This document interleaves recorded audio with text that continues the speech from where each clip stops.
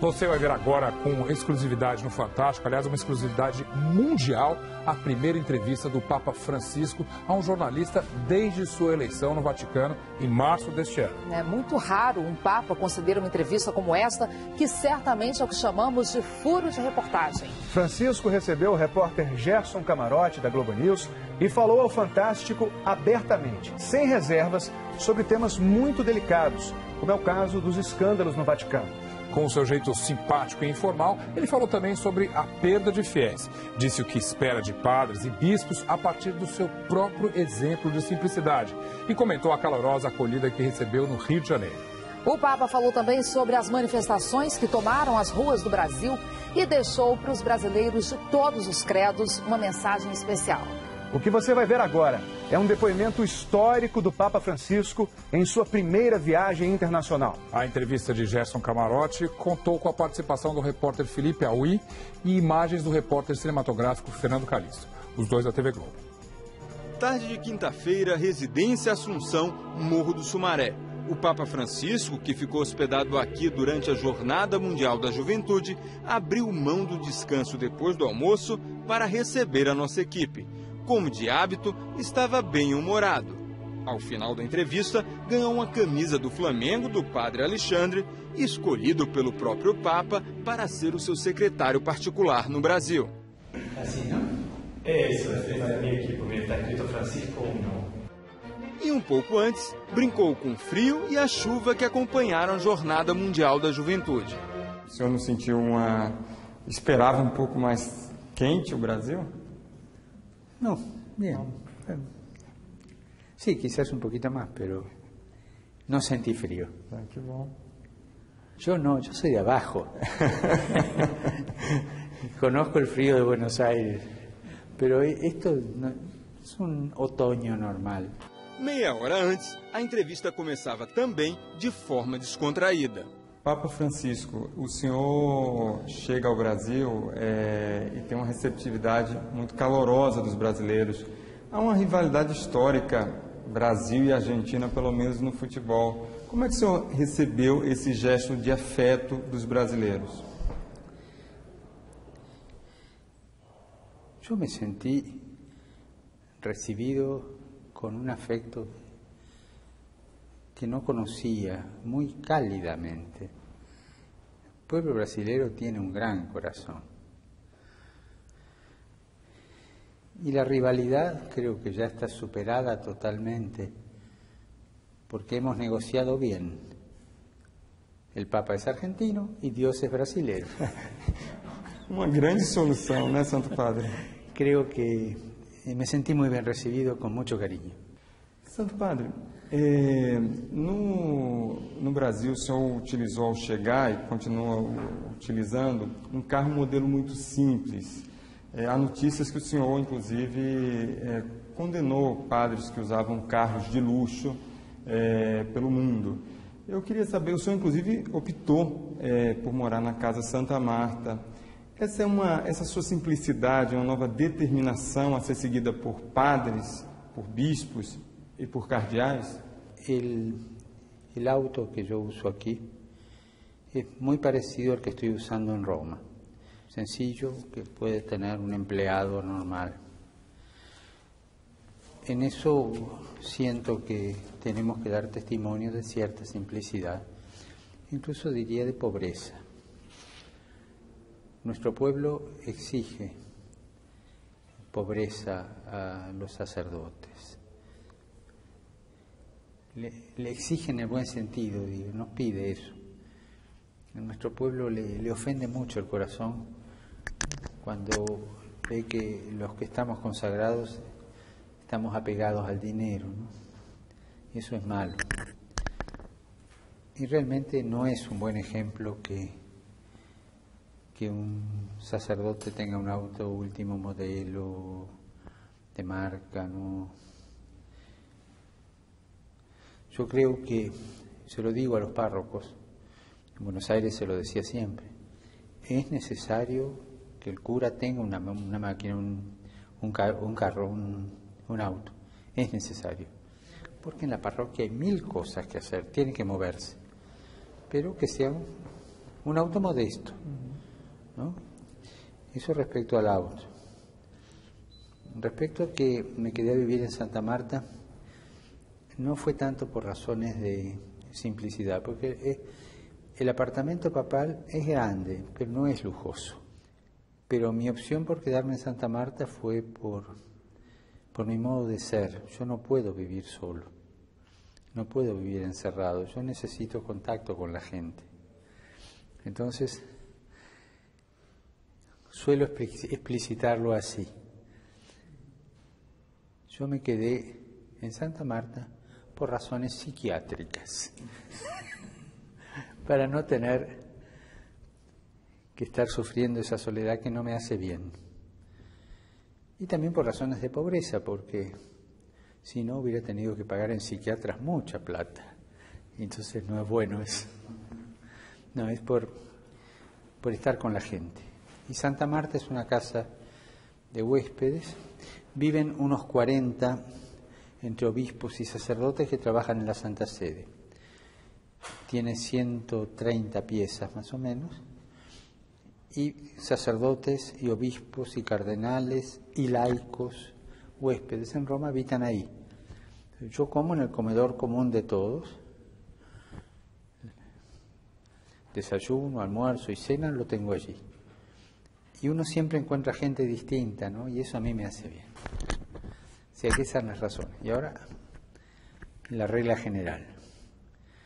Creo que Dios nos pide en este momento mayor simplicidad.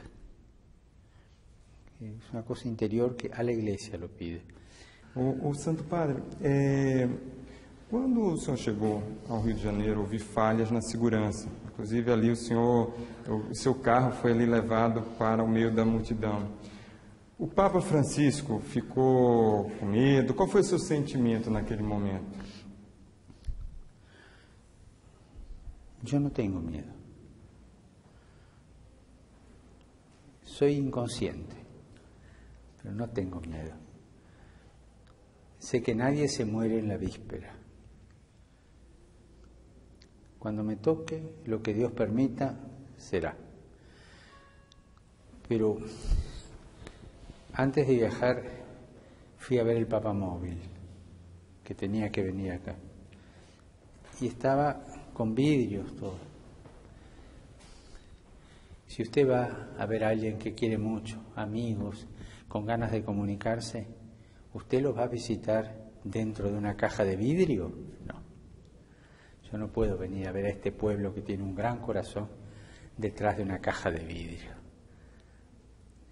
Y en este auto, cuando voy por la calle, bajo el vidrio para poder sacar la mano y saludar. Es decir, o todo o nada. O uno hace el viaje como lo tiene que hacer, con comunicación humana, o no lo hace. Pero comunicación a media no hace bien. Yo agradezco, y tengo que en este punto quiero ser muy claro, agradezco a la seguridad del Vaticano, cómo han preparado esto, el celo que tienen. Y agradezco a la seguridad del Brasil. Agradezco muchísimo, porque acá también me cuidan y quieren que no haya ninguna cosa desagradable. Puede suceder que alguien me dé una trompada, o puede suceder. O sea, las dos seguridades han trabajado muy bien.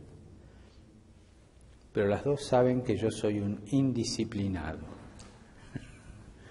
en ese aspecto, pero no por jugarla de enfant terrible, no, sino porque simplemente vengo a visitar gente y quiero tratarla como gente, tocarla. Nas últimas 2 décadas, houve uma redução de quase 20 pontos percentuais do número de católicos no Brasil. No mesmo período, a população evangélica aumentou.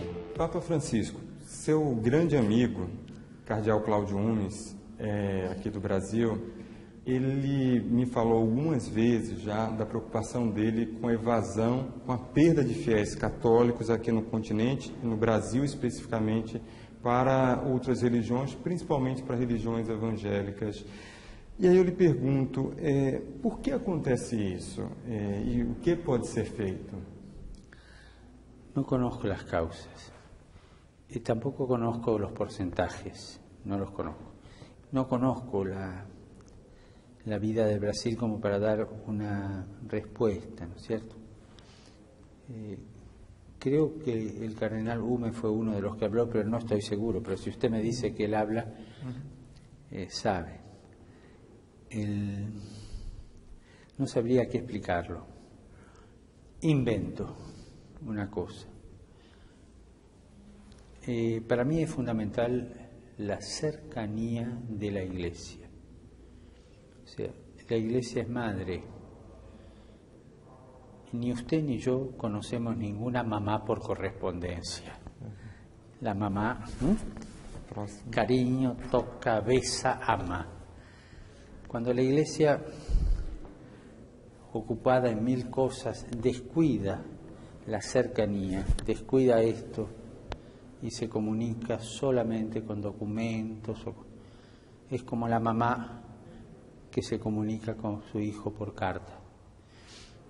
No sé si esto pasó en el Brasil, no sé, pero sé que en algunos lugares de Argentina que conozco sí pasó eso. Y la falta de cercanía de sacerdotes, faltan sacerdotes, entonces se deja un pueblo sin sacerdotes, ¿no? Y entonces la gente busca, tiene necesidad del Evangelio. Me contaba un sacerdote que fue como misionero a una ciudad del sur de Argentina donde hace casi 20 años que no tenían sacerdote. Evidentemente que la gente iba a escuchar al pastor, que necesitaba escuchar la palabra de Dios. Cuando él fue, una señora, una mujer muy culta, le dijo: estoy enojada con la iglesia porque nos abandonó. Yo ahora voy al culto los domingos a escuchar al pastor, que es el que alimentó nuestra fe durante todo este tiempo. O sea, falta de cercanía, ¿no? Y bueno, hablaron de eso, el sacerdote muy bien la escuchó, y cuando ya se iba para saludarla, le dijo: padre, un momento, venga. Y lo llevó hasta un armario. Abrió el armario, tenía la imagen de la Virgen, y le dijo: padre, la tengo escondida para que no la vea el pastor. O sea, esa mujer iba al pastor, respetaba al pastor. El pastor le hablaba de Dios y ella lo aceptaba, porque no tenía suministro ella. Pero las raíces de pertenencia las conservó escondidas en un ropero, pero las tenía. Ese es el fenómeno para mí más serio. Este episodio me demuestra muchas veces el drama de esta fuga, digamos, de este cambio. Falta de cercanía. Yo vuelvo a repetir esta imagen. La madre así tiene al hijo. Lo cuida, lo besa, lo acaricia y lo alimenta. No por correspondencia.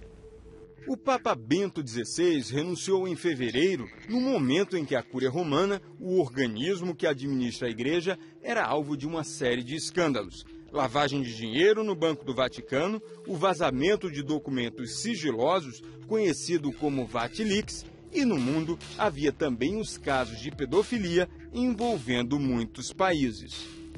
Assim que assumiu, o Papa Francisco iniciou uma série de mudanças. Criou uma comissão para reformar a Cúria e alterou o Código Penal do Vaticano para punir com mais rigor abusos sexuais contra crianças, crimes financeiros e vazamentos de documentos.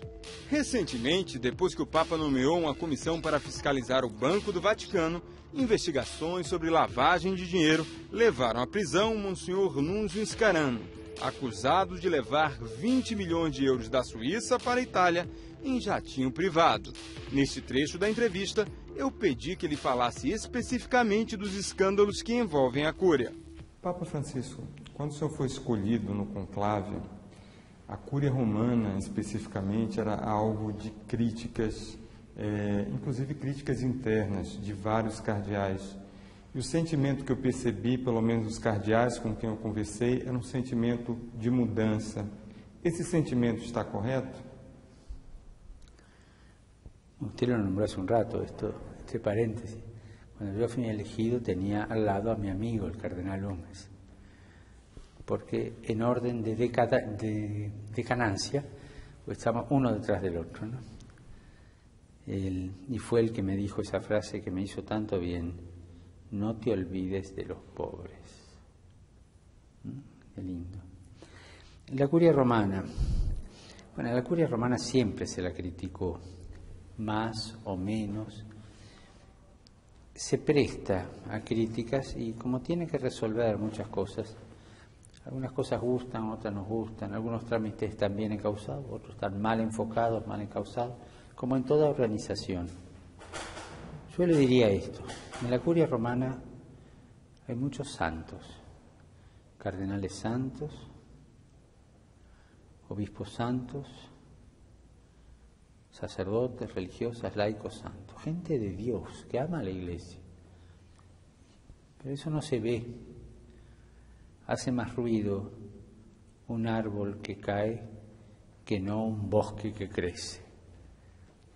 Se escucha el ruido de los escándalos. Ahora estamos con un escándalo de transferencia de $10 millones o 20 millones, no sé, de un monseñor de ahí. Un bonito favor le hace a la Iglesia a este señor, ¿no?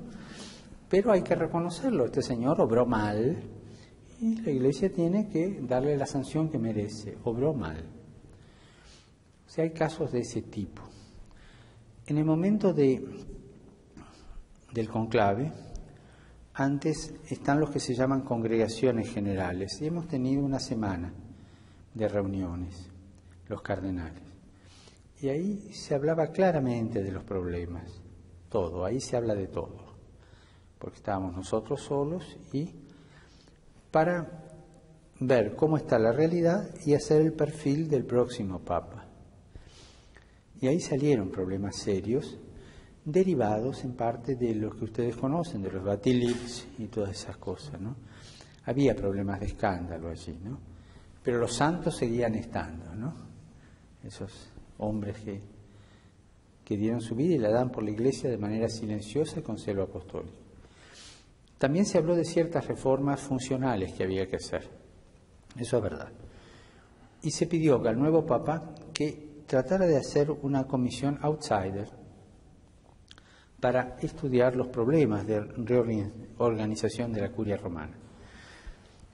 Al mes de mi elección, yo nombré esa comisión de 8 cardenales, uno de cada continente. En América, 2, uno de América del Norte y otro de América del Sur, con un coordinador que también es latinoamericano y un secretario que es italiano. Y ya han llegado muchos documentos que esta comisión, que los miembros de esta comisión han obtenido y que nos los pasamos entre nosotros. Tendremos la primera reunión oficial 1, 2 y 3 de octubre. Y ahí se verán algunas pautas. Yo no creo que salga de ahí alguna cosa definitiva, porque la reforma de la curia es muy seria y veo las propuestas y son propuestas muy serias que hay que madurar, ¿no? Calculo que vamos a tener que hacer 2 o 3 reuniones más antes de que se note alguna reforma. Por otro lado, los teólogos dicen esto desde, no sé si de la Edad Media. En latín dicen, Ecclesia semper reformanda. La Iglesia siempre se tiene que reformar, si no se queda atrás. Así que también esto no solo es por los escándalos del Batilix, que los conoce todo el mundo, sino porque la Iglesia siempre se tiene que reformar. Y hay cosas que servían para el siglo pasado hay cosas que servían para otras épocas o para otros puntos de vista y que ahora no sirven más y que hay que reacomodarlas. Entonces así la Iglesia es dinámica y responde a las cosas de la vida, ¿no? Todo esto se pidió en la reunión de cardenales previa. Nesse momento, o senhor chega, queria saber da sua mensagem aos jovens brasileiros. Estamos na Jornada Mundial da Juventude. Sua mensagem no momento em que os jovens estão nas ruas do Brasil protestando e demonstrando insatisfação. Insatisfação de uma forma muito ampla. Eu queria saber qual a mensagem para esses jovens. En primer lugar, que hay muy claro que no conozco los motivos de la protesta de los jóvenes. O sea, si yo digo algo sin aclarar esto, hago daño a todos, porque doy una opinión sin conocer, ¿no? O sea, con toda franqueza le digo, yo no conozco bien el por qué los jóvenes protestan. Primer punto. Segundo punto, un joven que no proteste a mí no me gusta,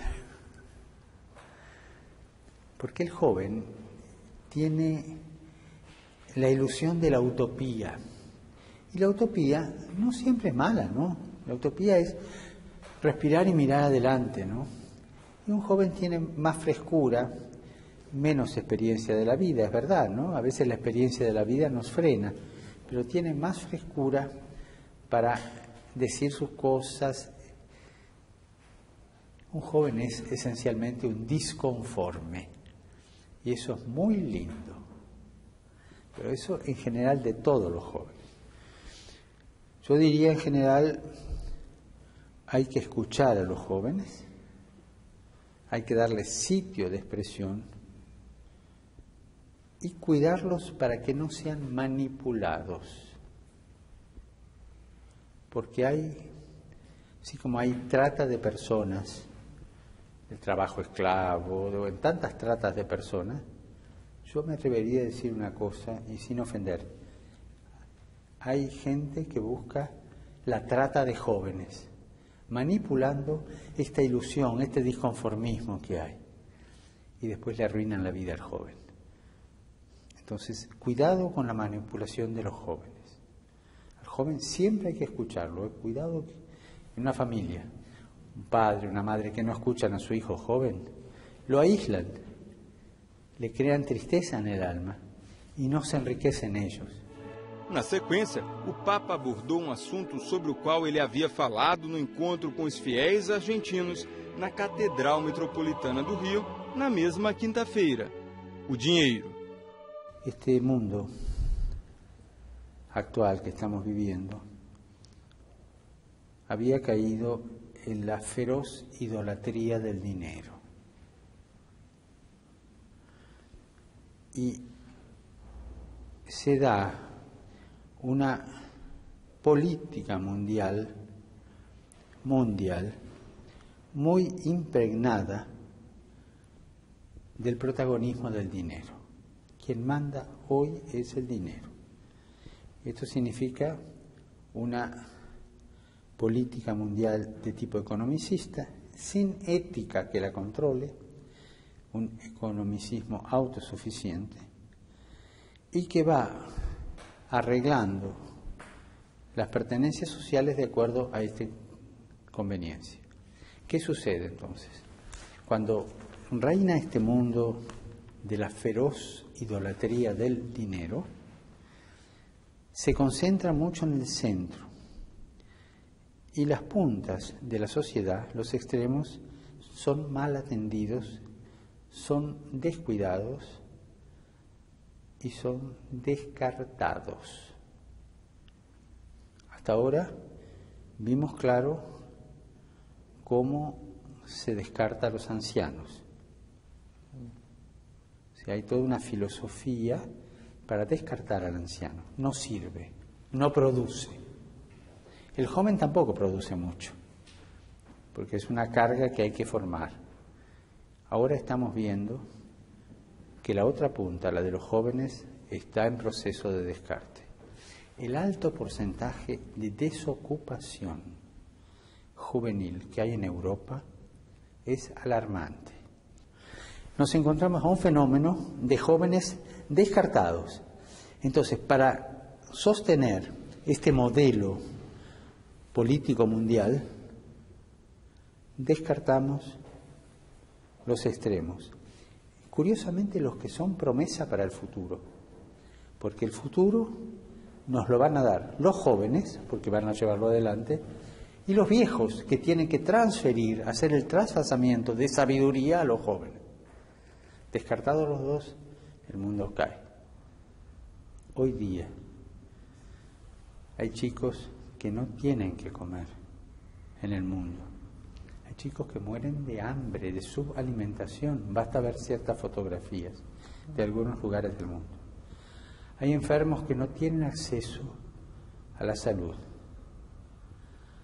Hay hombres y mujeres mendigos de calle que mueren de frío en el invierno. Hay chicos que no tienen educación. Todo eso no es noticia. Bajan 3, 4 puntos las bolsas de algunas capitales y gran catástrofe mundial. ¿Me entiende? Sí. Ese es el drama de este humanismo deshumano que estamos viviendo. Por eso hay que recuperar los extremos, los chicos y los jóvenes, y no caer en una globalización de la indiferencia de estos dos extremos que son el futuro de un pueblo. Perdón si me fui y hablé de más, pero creo que con esto le di mi punto de vista. O sea, ¿qué pasa con los jóvenes en Brasil? No sé, pero por favor, que no los manipulen, escúchenlos.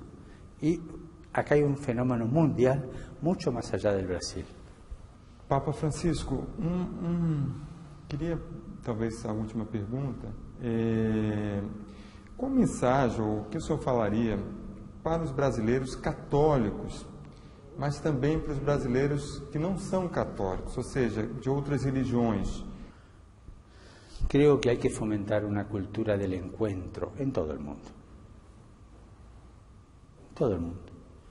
O sea, que cada uno sienta la necesidad de dar a la humanidad los valores éticos que necesita hoy día la humanidad y defender esta realidad humana.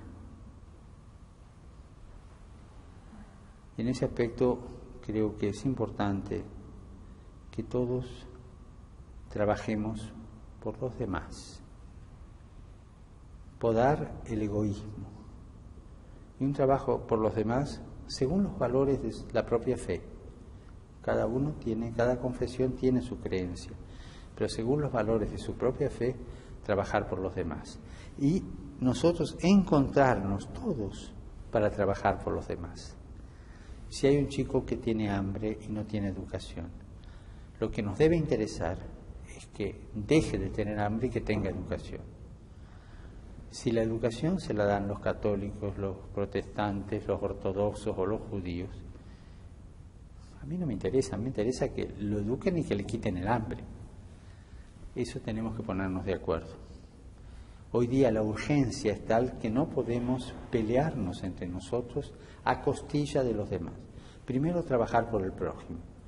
Después hablar entre nosotros con mucha altura, dando razón de nuestra fe cada uno, buscando entendernos, ¿cierto? Pero sobre todo hoy día urge la proximidad, la salida de sí mismo para solucionar los tremendos problemas mundiales que hay. Creo que las religiones, las diversas confesiones, me gusta hablar más bien de diversas confesiones, no pueden irse a dormir tranquilas mientras haya un solo chico que muera de hambre, un solo chico sin educación, un solo joven o anciano sin servicio de salud. Pero el trabajo de las religiones, de las confesiones, no es beneficencia, es verdad. Pero al menos en nuestra fe católica y en nuestra fe cristiana vamos a ser juzgados por estas obras de misericordia. Muito obrigado, Papa Francisco. Muito obrigado. Yo le agradezco a usted la amabilidad que tiene.